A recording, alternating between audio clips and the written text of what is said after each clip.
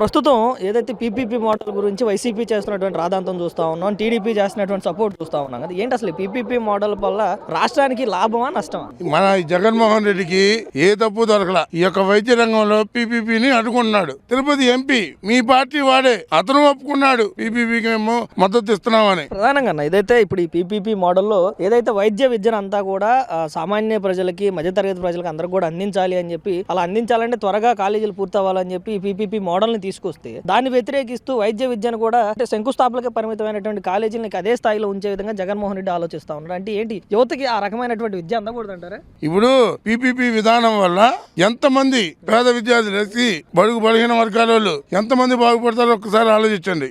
ఏదో ఒకటి ఈ బాబు గారు దూరదృష్టితో ఆలోచిస్తాడు కాబట్టి ఆయన ఏమంటాడంటే దాన్ని పూర్తి చేసి బడుగు బలహీన వర్గాల వాళ్ళకి, చిన్నవారికి ఏదైనా పట్టం కడదాము, మంచి విద్యను అందిద్దామని ఆయన అంటే, ఈయన ఏ కాడికి అడ్డుకునే ప్రయత్నం చేస్తున్నాడు. అయ్యా నీకు దండము, ఇట్లా అడ్డుకునే ప్రయత్నం చేయ మాకు. నీ వల్ల మా యువత చాలా అట్టడుగున ఉంటుంది, యువత పక్కదారిలో పట్టిపోతుంది.